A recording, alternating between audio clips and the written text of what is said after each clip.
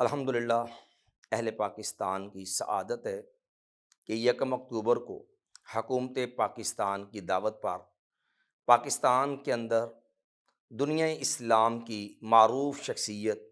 اور تقابل ادیان کے ماہر محترم جناب ڈاکٹر ذاکر نائک حافظہ اللہ تعالی تشریف لا رہے ہیں۔ یقیناً ڈاکٹر صاحب کی یہ آمد سب کے لیے جو ہے وہ سعادت کا باعث ہے۔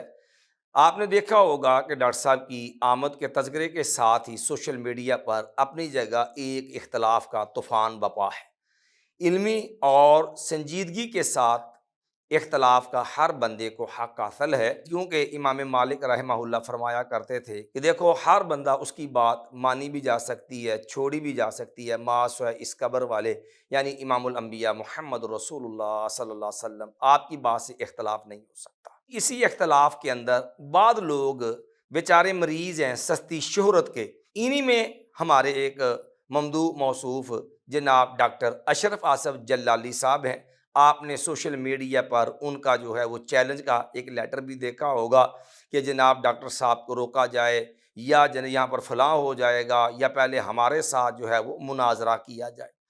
یاد رکھیے ڈاکٹر صاحب جو ہیں وہ اپنی عادت سے مجبور ہیں، مختلف مواقع پر مختلف قسم کے جو ہے وہ کلا بازیاں جو ہے وہ لگا چکے ہیں۔ آپ ان کی تاریخ دیکھیں کہ یہاں یہ اہل حدیث سے متعدد معاملات کے اندر، مناظروں کے اندر رسوا ہو کے نکلے۔ کبھی ایوان ٹاؤن میں ہمارے استاد محترم مفتی بشام ربانی رحمہ اللہ کے ہاتھوں، کبھی گجرانوالہ کے اندر سید طالب اور ماشاء صاحب حافظہ اللہ کے ہاتھوں، یہ ایک لمبی داستان ہے۔ لیکن آپ نے دیکھا ہوگا کہ پچھلے دنوں پاکستان کے اندر مسجد نبوی کے امام، حرم کے امام جناب ڈاکٹر صلاح البدیر حافظہ اللہ پاکستان تشریف لائے، امام حرم، تو اس پر ڈاکٹر صاحب نے جو ہے وہاں بھی چیلنج کر دیا کہ جناب پہلے مجھ سے مناظرہ کیا جائے پھر جو ہے وہ ایسا کریں، لیکن ان کی یہ اوقات نہیں۔ اب ڈاکٹر ذاکر نائک صاحب تشریف لا رہے ہیں تو تب بھی ان کی ایسی بڑکیں ہیں۔ جہاں تک ان کی علمی قابلیت کا تعلق ہے تو صرف ایک ہی مثال دے کر کے بات سمجھانے کی کوشش کرتا ہوں۔ 2008 کے اندر 8 مارچ کو نا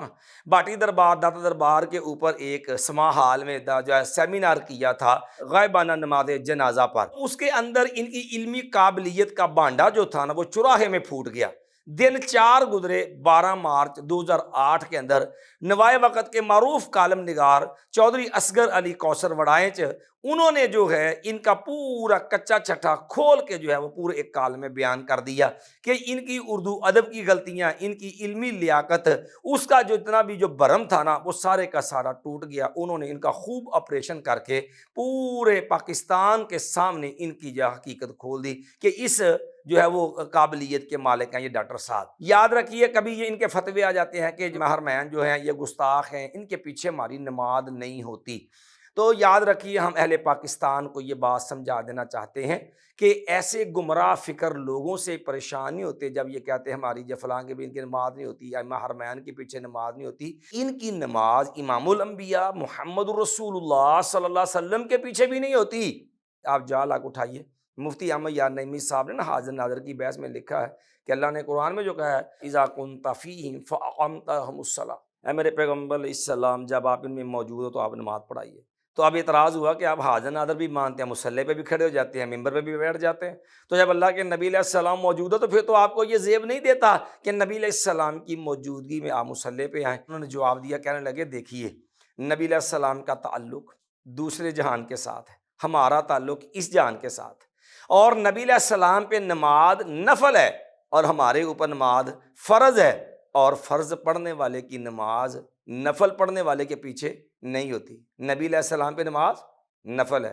اور کہتے ہیں ہمارے اوپر نماز فرض ہے، اور فرض والے کی نماز نفل پڑھنے والے کے پیچھے نہیں ہوتی۔ مطلب صاف واضح ہے۔ تو جن کی نبی علیہ السلام کے پیچھے نماز نہیں ہوتی، ان کے اگر ائمہ حرمین کے پیچھے نہیں ہوتی تو پھر یہ کون سی بڑی بات ہے۔ ہم جو ہے پھر جو ہے ڈاکٹر ذاکر نائک صاحب کو پاکستان آمد پر دل کی اتھاہ گہرائیوں سے اہلاً و سہلاً مرحبا کہتے ہیں، اور خام خواہ کے بغیض حاسدین جو ہیں بلا وجہ حسد اور جو ہے بغض کی آگ میں جلنے والے، ان کو اتنا ہی کہتے ہیں قل موتوا بغیظکم۔ تو انشاءاللہ دین کا دفاع کرنے والے دفاع کرتے رہیں گے، اور جلن اور حسد میں سڑنے والے وہ سڑتے رہیں گے، قسمت اپنی اپنی، نصیب اپنا اپنا۔